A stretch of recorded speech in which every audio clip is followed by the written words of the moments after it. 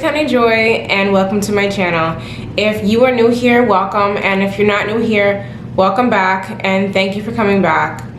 If this is your very first time watching one of my Liberated Femme videos, you're going to want to go over to my playlist. It is titled Liberated Femme, and watch all of those videos in order. This video is part 2 to last week's video.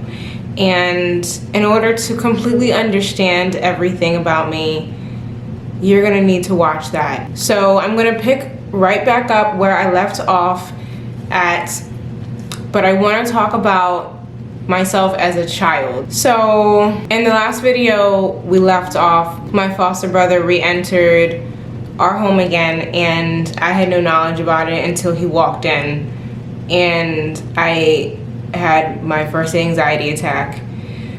And after that it started happening again, and what I mean by it started happening again is I mean that my foster brother started molesting me again, but this time he didn't touch anybody else except for me. It was just me now. And there would be times when I would overhear him trying to make advances on my other sisters, and one of my sisters would always say, do you want to go back to that place again? Because he had went away, he had to be sent away, and the only thing that our foster mom did tell us is that he was sent away somewhere. So we don't know, I never knew where it was, I don't even know what it was that he was sent to, so for all I know, I don't know. So, but when he came back, he was exactly the same. And we didn't talk about anything when he came back. Like we didn't have a family meeting. We had family meetings in that house all the time about nonsense, about like chores and things like that. But we never had a family meeting about what was going on in the house. We were just expected to pretend it never happened. And that was pretty easy for everybody to do, that it wasn't happening to anymore. My sisters went on to have as normal of a childhood as you possibly could have had, building off of, you know, abuse and neglect. But they were finding their way, they were finding their own identity, and I was like left behind, you know? So I developed OCD. And I know that I did because I would do things that I just felt the need to desperately do, and I just couldn't fight the urge to do it. And after I did it, I would just feel relieved. So I used to count my fingers out loud. I would count my fingers one at a time out loud every single time I opened or closed any type of door or drawer. I could not help it, and I was ashamed of it because I knew that it wasn't normal, and just because of like the dynamics of our foster home, I knew that I couldn't go like tell my mom and that she would, you know, care. I knew that they were going to say that it was weird. I also had to cough for no reason at all. I just always felt like I had some sensation in my throat, but I knew it was all in my head, and I had to cough. So I would like make myself cough over and over and over and over again.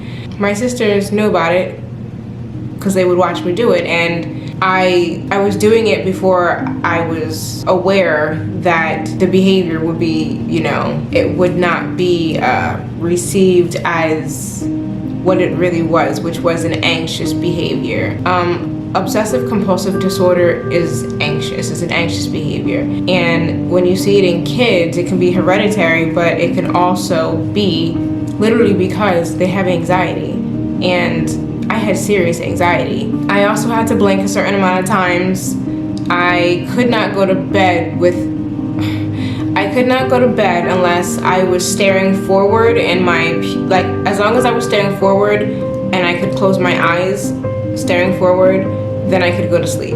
But if I was like looking, you know, this way, I couldn't look this way and then close my eyes and go to sleep. It doesn't make any sense, but I know I kind of still do that.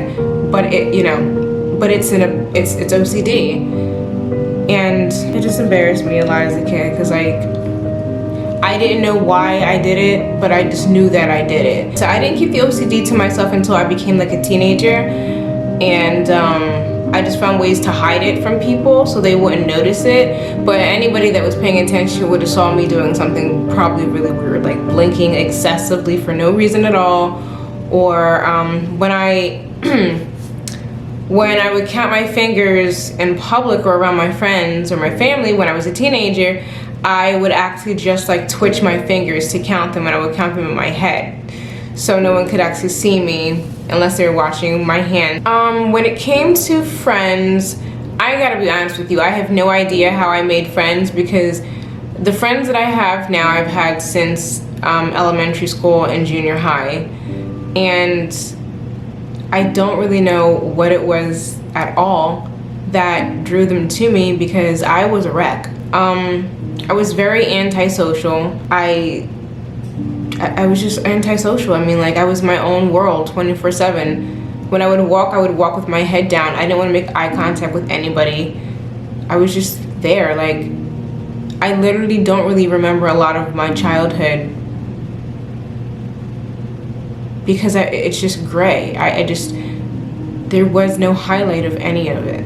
There was no highlight for me to remember anything good. I was really confrontational as a kid. I was always witty. And if I'm being honest, I was a smartass. I really was. But of all the things that I could have been, me being a little smartass should have been the least of people's concerns. Like, my lack of ability to respect authoritative figures that were around me, what would people expect me to really actually do? Like, I think that that's a natural response, that from time to time, a child who's in that kind of environment being abused, and it's just actually a way of life and it's okay, sometimes it just pisses you off some days and you just actually don't want to listen. So even for me being a kid that talked back, and when I would talk back, I didn't start talking back to my mom until I was literally like maybe 17, but when I would get babysat, I wouldn't listen to anybody. Like, no, my mom never had to come home from where she was to come and deal with me, but you know, if my foster sister told me to do something and I didn't want to do it, or I didn't think that I should have to do it, I would say that I didn't want to do it, but I would say the reason why. Like, that's the thing. Even though I was a smart aleck and I talked back and I had a little attitude and I was always being like sarcastic, I wasn't wrong when I was talking back. You just didn't like it because how, you know, we lived in a generation where it was, you are seen, you are not heard, you are to stay in a child's place. But the reason why I would always challenge my older foster sister, or challenge my brother, or challenge anybody that I thought I could challenge, was because I was introduced to things that grown women should be doing, not a little girl. So I was expected to grow up in this one area, but then stay a child in this other area, and it made no sense to me, and it pissed me off, so I had an attitude. From the outside looking in, I just looked like some self-entitled, ungrateful brat. Like, I looked like I was an ungrateful foster kid who just didn't appreciate the fact that somebody had ever, you know, wanted me or even adopted me. So, and that narrative was what everyone went with, because it was easy to make the only child now getting sexually abused the black sheep. That isolated me. The day that my foster brother came back home, I'm pretty sure he knew that he was going to be able to do this again and again and again, because he was not being held accountable for it. And like I said, my mom did not explain anything to me. So life was, you go to school, if you have, you know, classes with your friends, you get to be with your friends. If not, you are all alone and you have no one to talk to because you don't have any other friends, and you're not social because you don't know how to be. And then you go home, you're completely ignored because you're just another foster kid, anything that goes wrong is your fault or it's your sister's fault. Anything that you can't do means you're stupid and you're told you're stupid. You're constantly reminded that you're retarded. You're told that you can't do anything right. And then at nighttime, your foster brother gets to fucking molest you. That was my life. Academically, when I was in school, I was always in special education classrooms. I don't know why. When I was in school, I wasn't interested in what we were doing. I would just stare out the window and stare at the clouds for hours. I literally just didn't pay attention. I don't know, I just spaced out all the time. I didn't really have like any reason to try in school because my mom told me that I was stupid on a regular basis and that I was retarded. I must actually be stupid or retarded, like something must be wrong with me. I grew up believing that I had a disability. I thought that I had a mental disability growing up. I was in special education classrooms and my mom would actually say it to me all the time. And I was like so ashamed and embarrassed about that all the time. Like, I felt like intelligence was like a genetic thing. Either you had it or you didn't. And because me and my sisters were foster, kids, like we weren't biological, that we were actually like genetically stupid. It wasn't true. My mother never sat down and helped me with school whatsoever. My mother never even checked to make sure that I was doing my schoolwork because there were plenty of days I came home and went outside and played. I was being a kid. It's your responsibility as parent to be the parent and make sure that I'm doing my stuff. Like, I had no study skills, I had no study habits, I had no desire to do anything, and nobody was making me. I was not being like paid attention to. Like, if your child doesn't pass, it really is your fault. If your child doesn't do their schoolwork, the school calls you to let you know because you're the parent and it's your job to make sure that they are doing that. My mom wasn't doing that.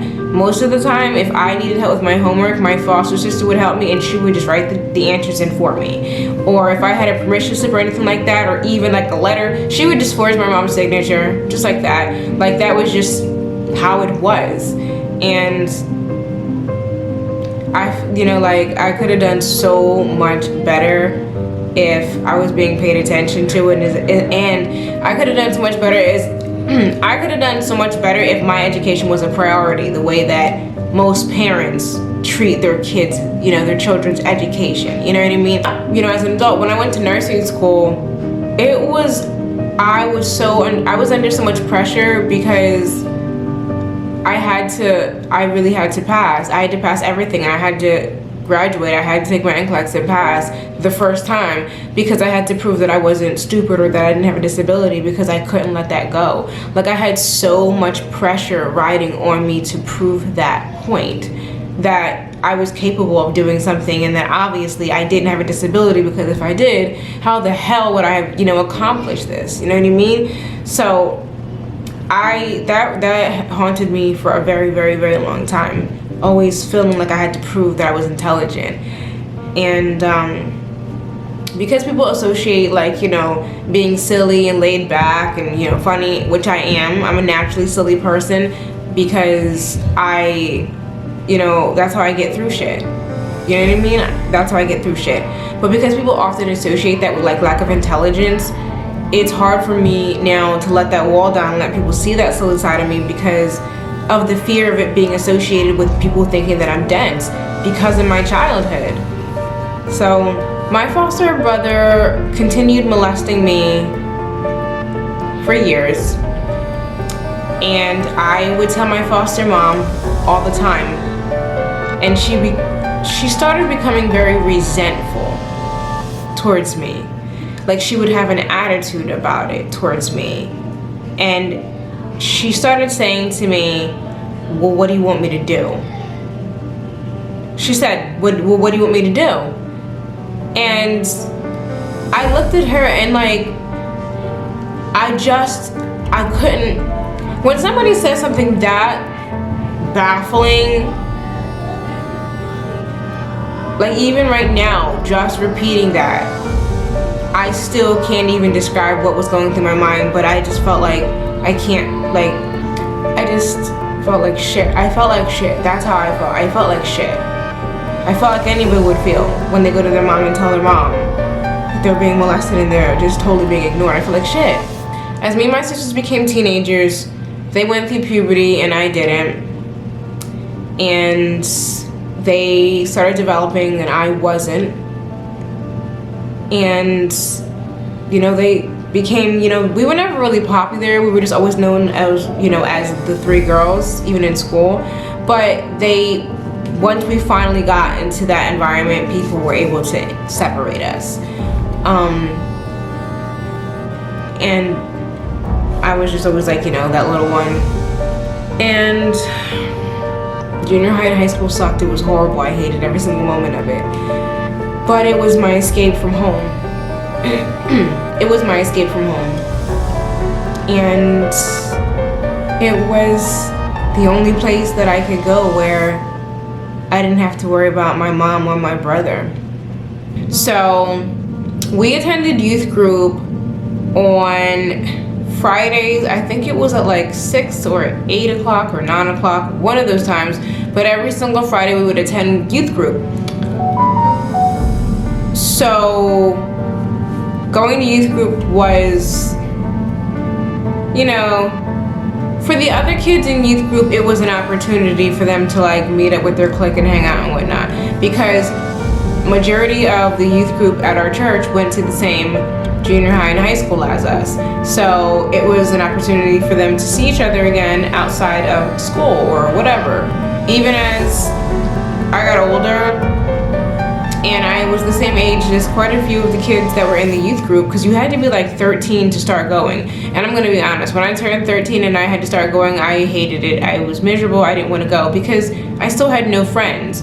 And my sisters did have friends. And at first, I used to kind of feel like a fit when my sisters would leave and go hang out with their friends, because I would feel like they were stealing my sisters from me, because they were literally all that I freaking had most of the time. And yeah, I'm sure plenty of people that knew us growing up can probably recall me saying one time or another, "You're taking my sister from me." And I said that all the time because, you know, they were taking away my only friends. And you know, at some point I didn't want to be selfish, and I became prideful. I didn't want people to think that, like, you know, I needed them. I became a loner, and, you know, my mom was okay with that. My foster brother, he didn't care. Nobody cared, but like, my sisters were in their own world because, you know, they were kids. It wasn't their responsibility to worry about, you know, our safety. It wasn't. And there wasn't anything they could do anyway. So I understand why they went on and, you know, tried to live the best life that they possibly could in the worst case scenario. Yeah, in the worst case scenario.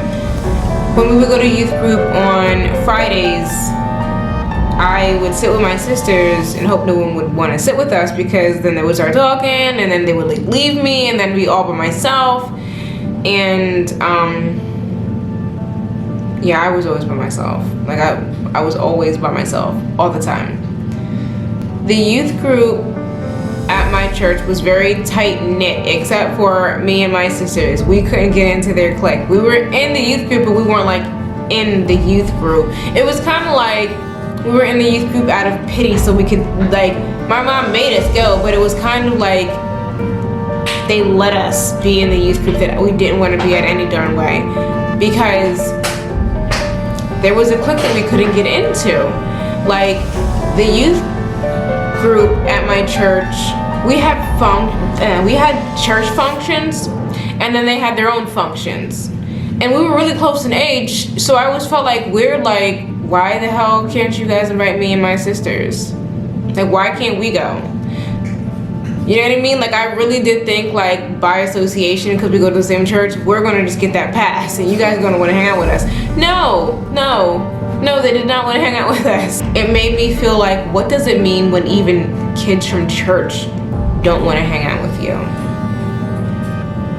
I remained very, very small for the greater portion of my life. physically small, like underdeveloped small.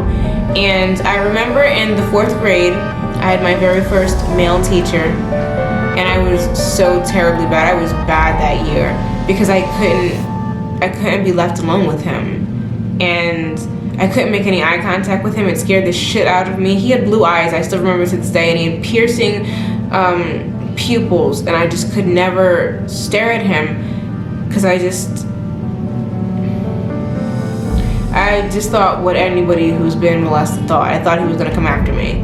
So, and I also felt like if I made eye contact, I didn't want eyes to seem inviting. So I didn't look at people.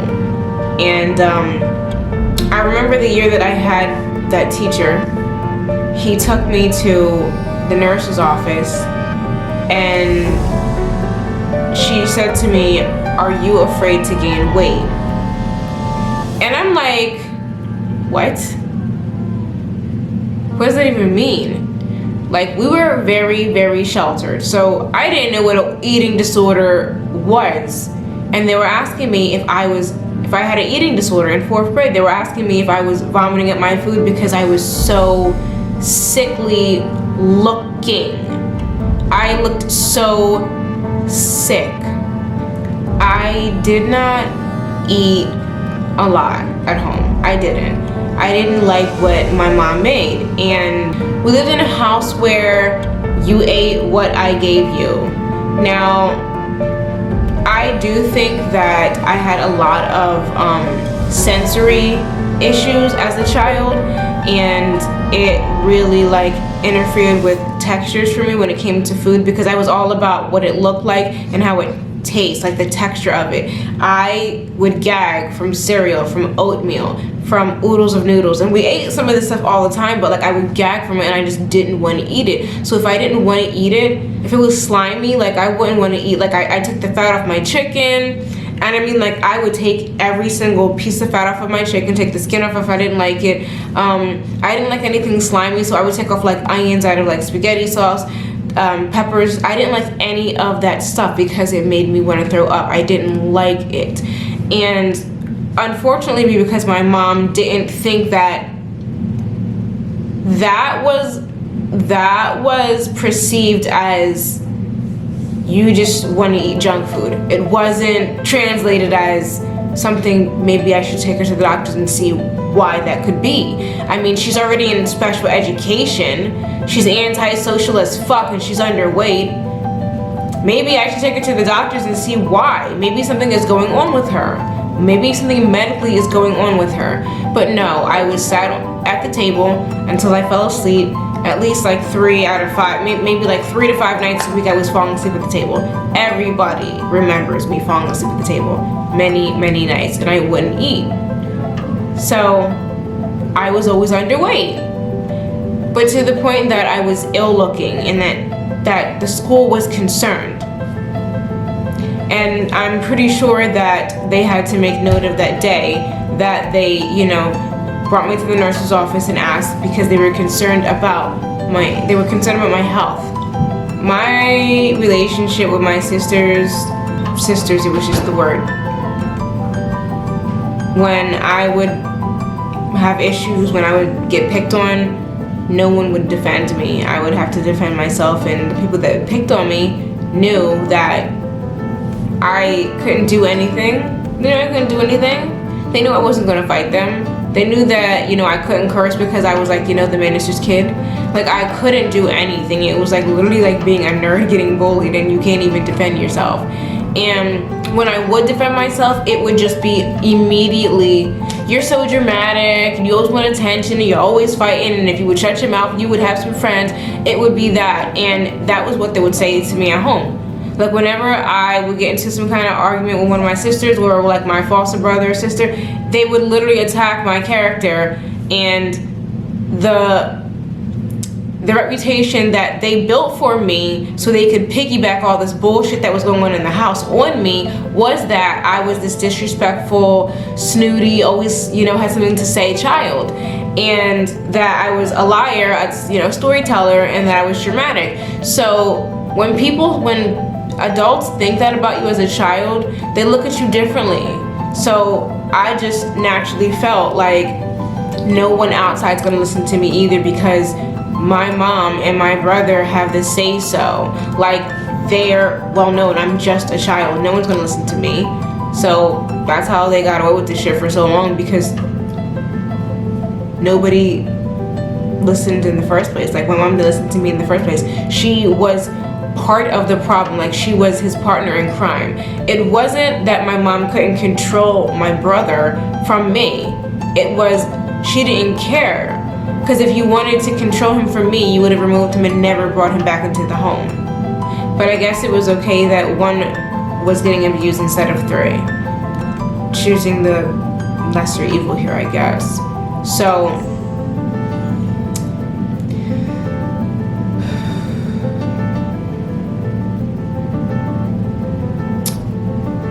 as I became a teenager, like a real teenager, when I like basically finally went through puberty and got my period, when I got my first period, my mom didn't teach me anything. She didn't show me anything. I didn't know that something was wrong with me. I have endometriosis, and I didn't know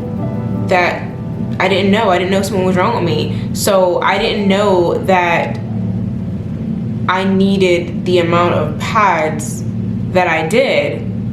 And my mom would get really mad at us because when she started buying us toiletries, she would only buy us enough. She wouldn't buy us enough for all three of us. She would buy us like maybe one case of like pads, and we were supposed to all share them. But I had endometriosis, and I was filling up pads in a matter of like an hour, like full pads, filling them up. And I didn't know what the disease was. At that time, I didn't even think that the disease had a name itself. But I hadn't been to a doctor or an OBGYN to even be checked out. But I know now why I hadn't been seen by an OBGYN. It was because they would have found all types of shit wrong with me. And I remember being in high school, and I tried to be as prepared as possible, because after a few cycles you start, get an idea how it's going to be. I just knew it was going to be horrible. The pain was debilitating, but I was suppressing everything else. My period pain was like the least of my mom's concerns. Whenever I got hurt as a kid, she would actually get mad at us and yell at us, not comfort us and ask if we were okay. Not like ask where did we get hurt. That's not how my mom handled us as children. When we got hurt, we got in trouble and yelled at for being hurt. So I took that with me, like I internalized that. So subconsciously, I never told my mom when I didn't feel well or something was hurting me, unless I thought I was like falling apart, really. But for the most part, I did not tell my mom ever if I felt unwell, because she was gonna get an attitude. She was gonna get mad at me. There was nothing that was gonna happen. Nothing was going to change. So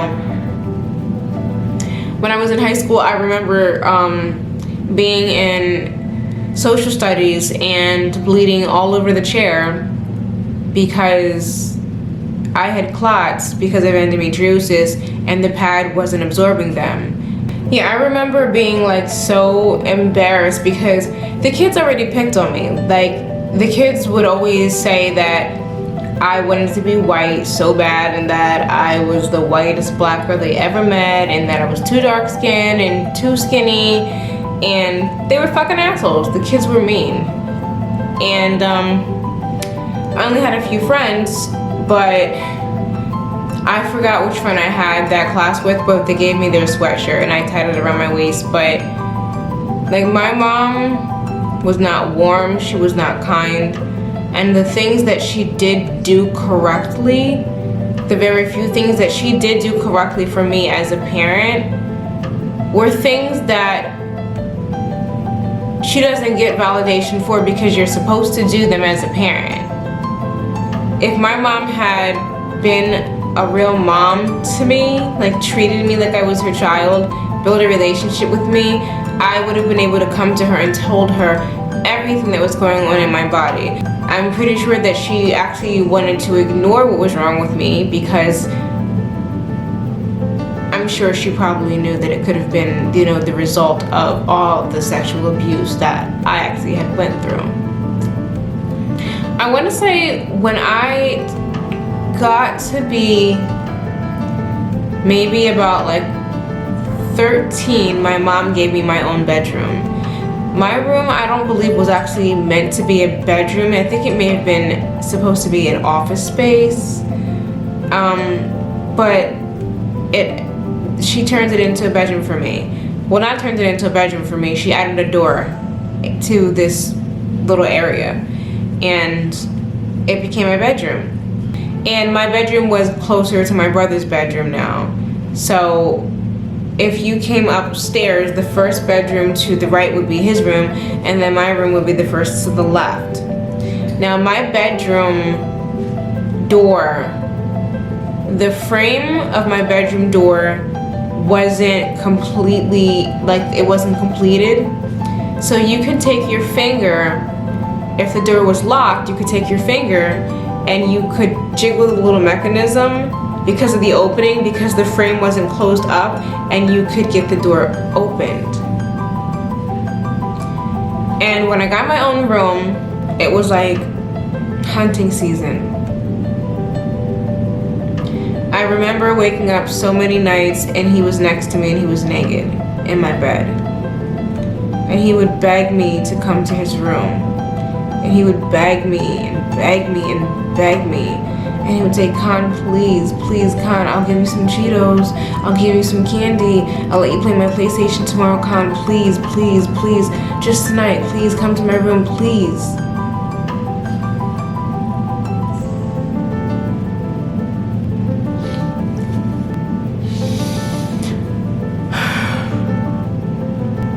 He always smelled like what it smells like when you don't shower and you try to put cologne on top.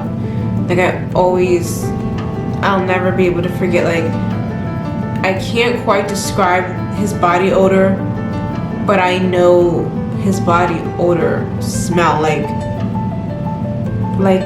an animal. Like, I can smell him. I remember how he smells. I remember still how his body smells. It was all still oral sex. By the time that I was 17, my foster brother was older than 18. He was an adult. He was legally an adult. And it was still going on.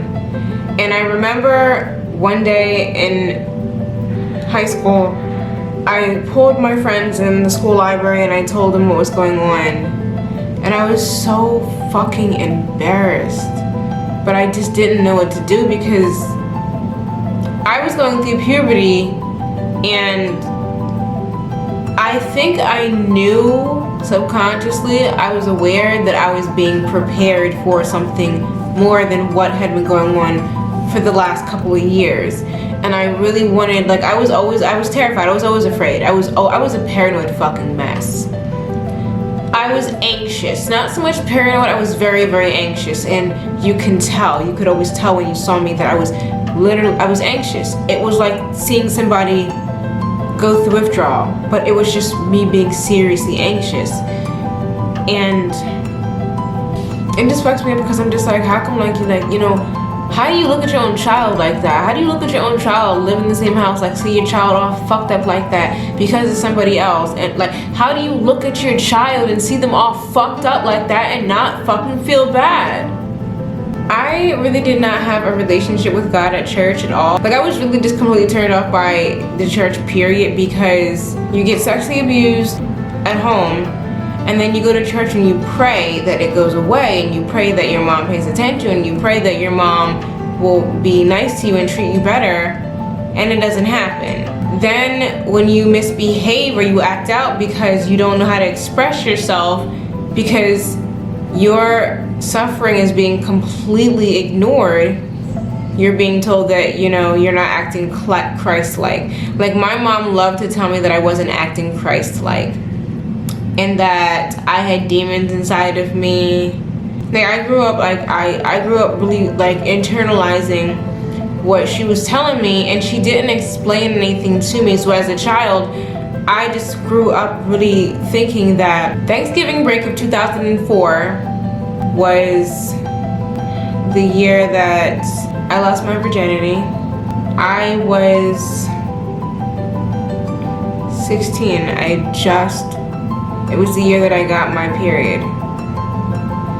And every Thanksgiving, everyone will come to our house for Thanksgiving dinner. That night it was my turn to do the dishes. So I remember cleaning up the kitchen and doing the dishes. And after I was done, I went to my room and I put on the movie Spirit. It's an animated movie about a horse. I always constantly continued watching Disney movies and still played with my Barbie dolls even at that age because, you know, I liked it. I enjoyed using my imagination and getting away and still being childlike and watching child movies because it helped me escape from everything. So I was like really, really big on Disney movies and princesses and all that stuff. I really was. And I had to hide it when I went to school because I had to act my age and fit in. And even though I did, I still didn't fit in, but I didn't want to give people anything extra of a reason to fuck with me. So that night,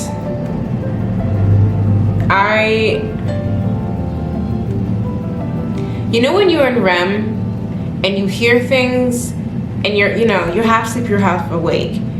And I had my bedroom door locked. Because of my foster brother, I couldn't go in any room without closing the door behind me and locking it. When I went to the bathroom, I closed the door and locked it. When I went into anybody's room, I would lock the door. No matter where I was, I had to lock the door. And I mean, like, if you had 2 locks on your door, I was locking both them locks. Just because I always needed to make sure that no one could get in and get me. It never worked, but it was an anxiety thing that I just couldn't help do. And to this day, I go to the bathroom, I close the door and I lock it. To this day, I come home and it can be 1 p.m. in the afternoon and I don't live in a dangerous neighborhood. I close my doors and I lock every single lock. I don't open my windows. I just look at my security camera if anyone knocks on the door. I heard the sound of metal rubbing together. And before I realized, my brother was in my room and I used to push my dresser up.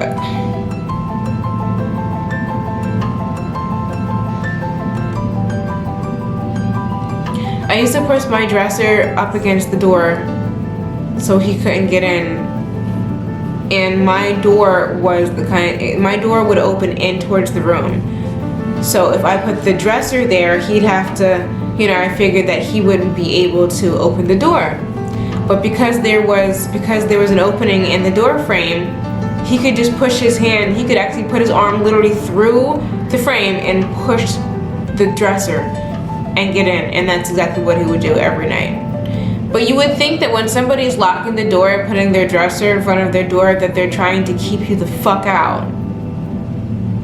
And this is what I had to do because my mom didn't give a shit. She didn't care. So this night, I just feel so dirty because I remember and there's nothing that can take that back. Like, I can't get it back. A lot of times,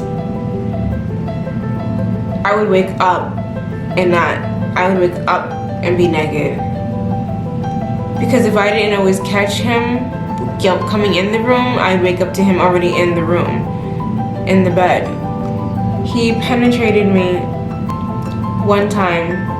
It was the most painful thing I had ever felt in my life. I always remained very small, so even when I was 16, I was still probably less than 100 pounds. More than likely, I was less than 100 pounds still. I just remember him like trying to, keep going, like he was trying to force me. He was like, saying, shh, be quiet, because my brother's room was right over my foster mom's room. I didn't get up the rest of the night after that. The next morning, there was blood in my underwear. It wasn't a lot.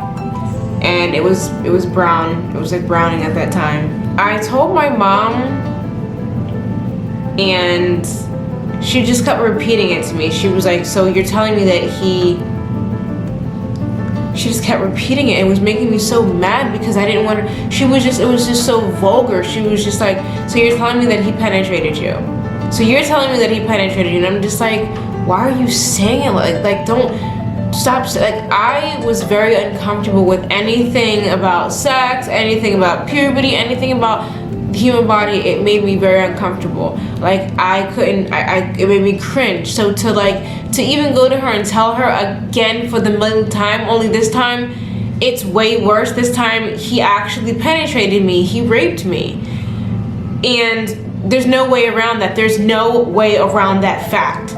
There's no way around it. That's the fucking fact.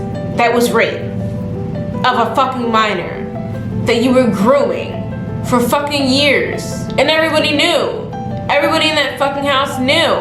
Everybody in that house had to know.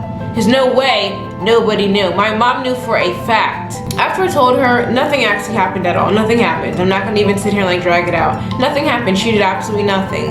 And I waited after I told her to see, you know, maybe it'll take a few days. Maybe she's not sure how to tell him to fucking leave and never come back. Because I knew that this was the all extreme. This was totally different. Because if I thought that I would be saved now, because I had common sense enough to know that since I went through puberty now and I got my cycle, that I could get pregnant.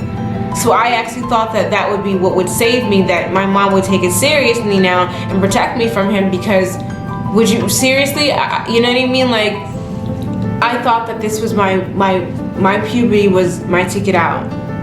I thought it was my ticket out, and it wasn't.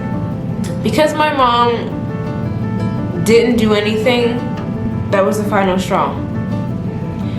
I went to school after, you know, our Thanksgiving break, and I told my guidance counselor everything.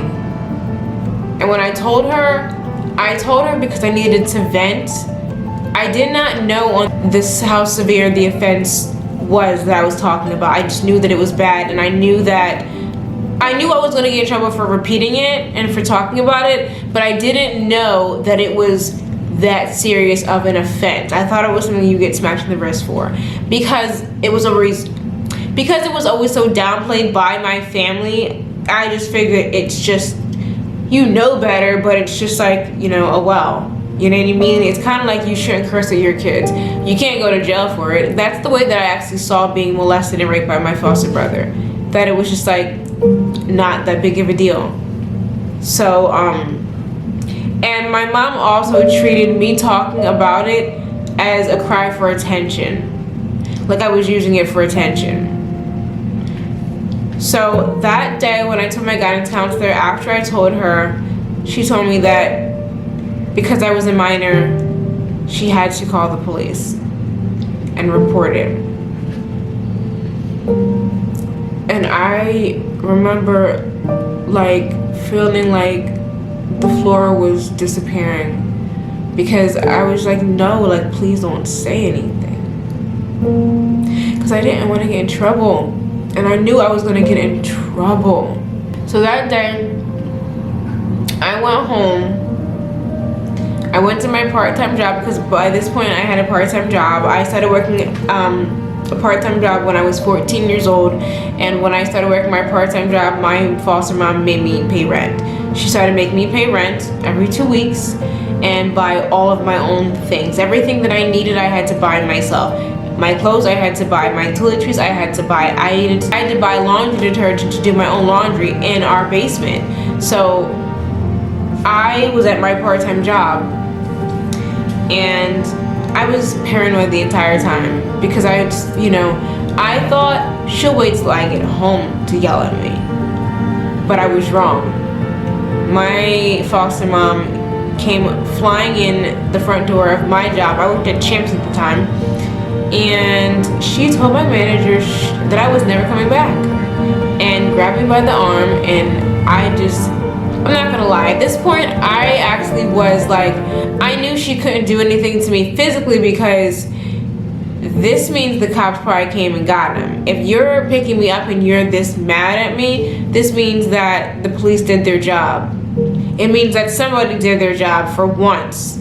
So on the way home, my mom did not say a word. It was complete silence. And when we pulled up to the house,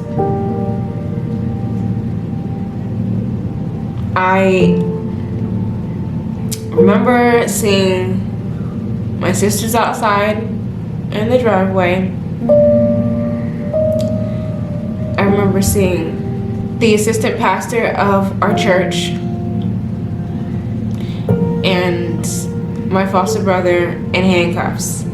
And our assistant pastor said to the officer, you know, please don't arrest him. He was molested when he was a child too. And that was the moment that I felt like I was like really, really all alone. Because there was a grown man of sound body and mind, consciously aware that and yet it was like I still wasn't good enough. Like I still wasn't going through enough shit that I would be like, it was never bad enough to anybody else. Like, you guys are crying because he's being arrested for molesting me and raping me. You're crying because he's being arrested, but you're not crying for me. Nobody cried for me. They took my foster brother to the police station and they started the report at my house, and the officer said to me that he had already spoken to both my sisters and that they both said that they had never been touched before. And I just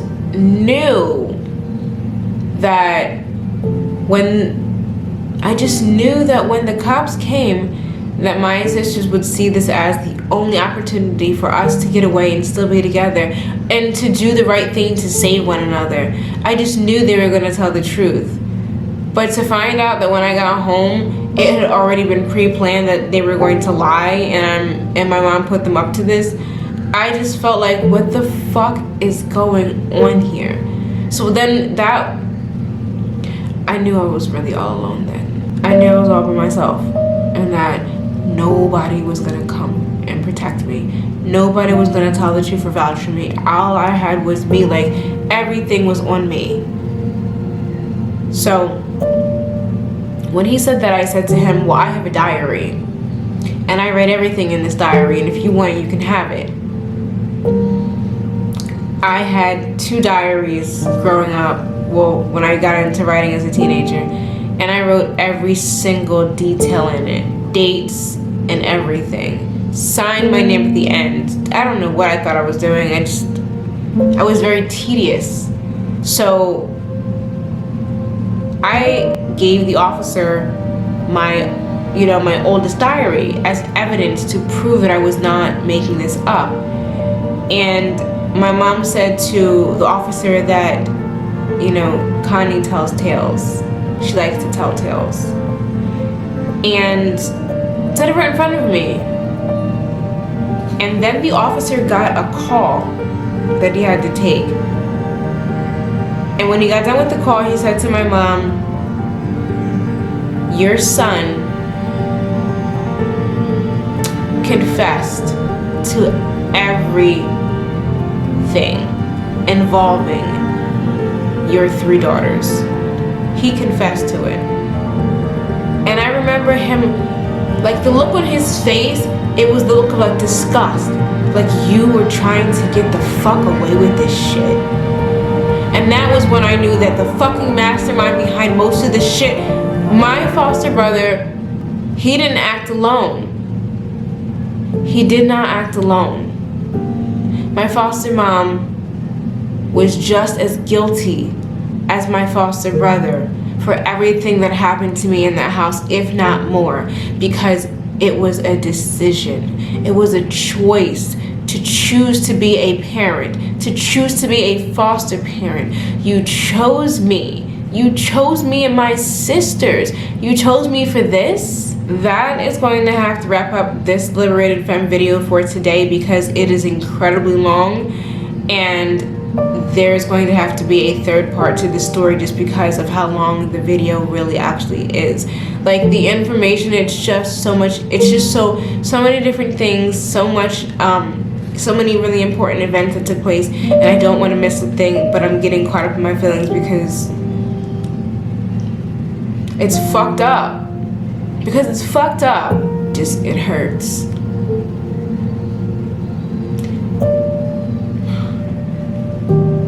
But it's not over, and this is not the last video, and I'm not gonna finish.